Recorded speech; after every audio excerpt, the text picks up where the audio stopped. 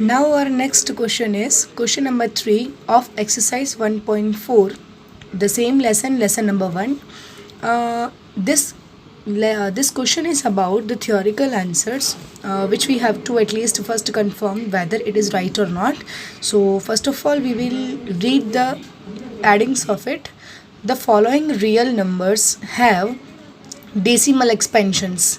जो आपको ये 3 रियल नंबर दिए हैं उनके सारे डेसिमल एक्सपेंशंस है, मतलब ये डेसिमल एक्सपेंशन है. अभी क्वेश्चन 2 में डेसिमल एक्सपेंशन कैसे ढूंढते हैं वो मैं आपको दिखा चुकी हूँ लास्ट वाले वीडियो में. And in each case decide whether they are rational और नॉट. अब आपको इनको नंबर को देखकर ये बताना है कि क्या ये रैशनल है या फिर ये नहीं है, और क्या ये पी क्यू का फॉर्म है उनके पास या नहीं है. तो फर्स्ट ऑफ ऑल आप देख सकते हो कि मेरे पास ये नंबर है 43.123456789. तो आंसर उसका ये आएगा थियोरिकल में कि since this number has a terminating decimal expansion. ये जो नंबर है उसके पास डेसिमल एक्सपेंशन टर्मिनेटिंग है, मतलब ये टर्मिनेट है, ये स्टॉप हो रहा है कहीं ना कहीं, आगे ज़्यादा नहीं जा रहा, और इसका एक फिक्स पथ है. And it is a rational number of the form P Q. ये पी क्यू के फॉर्म में भी आप इसको दिखा सकते हो, क्योंकि ये जो डेसिमल एक्सपेंशन मिला है वो कैसे मिला है, पी क्यू फॉर्म से मिला है.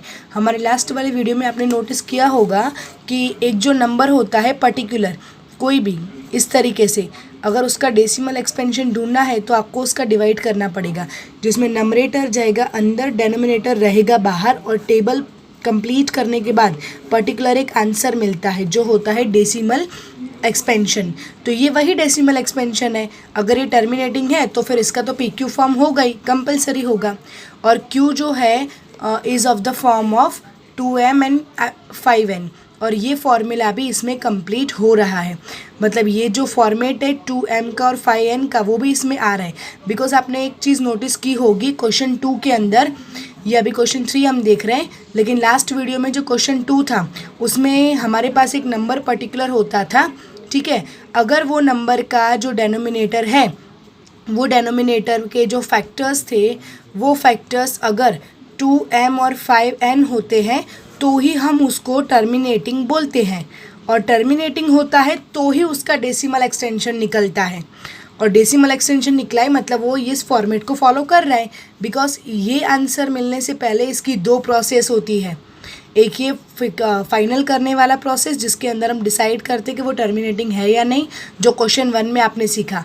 एक्सरसाइज 1.4 के क्वेश्चन 1 में आप सीख चुके हो कि टर्मिनेटिंग है या नॉन टर्मिनेटिंग है, वो आप कैसे डिसाइड करोगे.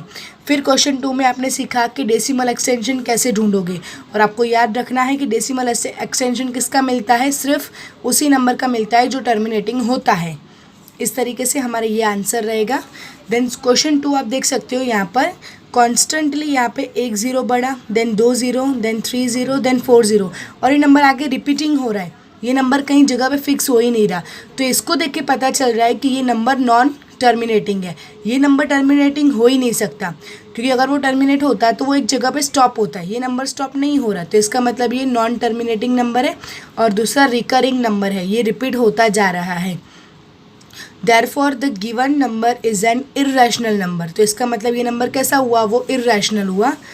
हमारा जो नेक्स्ट नंबर है वो है 43.123456789, और उसके ऊपर ये अंडरलाइन, उसके ऊपर एक्चुअली ये हेडलाइन दी हुई है, और ये जो लाइन है एक्चुअली वो हमें ये बता रही है. अगर आप ये लाइन हटाओगे तो इसका मतलब ये नंबर वापस रिपीट होगा, और ये लाइन जितने नंबर के ऊपर होती है ना उतने ही नंबर फिर से रिपीट होते हैं. तो जब आप ये लाइन हटा दोगे तो 9 के बाद वापस 1 2 3 4 5 6 7 8 9 नंबर रिपीट होंगे, और ये नंबर आगे बढ़ते ही जाएंगे. तो इस तरीके से ये जो डेसिमल एक्सपेंशन है वो है नॉन टर्मिनेटिंग है, बिकॉज इसका कोई स्टॉप नहीं है, तो ये नंबर टर्मिनेटिंग हो ही नहीं सकता. तो इसीलिए ये नॉन टर्मिनेटिंग है. और दूसरा ये रिकरिंग नंबर है, मतलब कांस्टेंट इसका रिपीटेशन होता जा रहा है. और दूसरी बात, ये रैशनल नंबर इसीलिए है बिकॉज हमने इसको हेडलाइन दी है.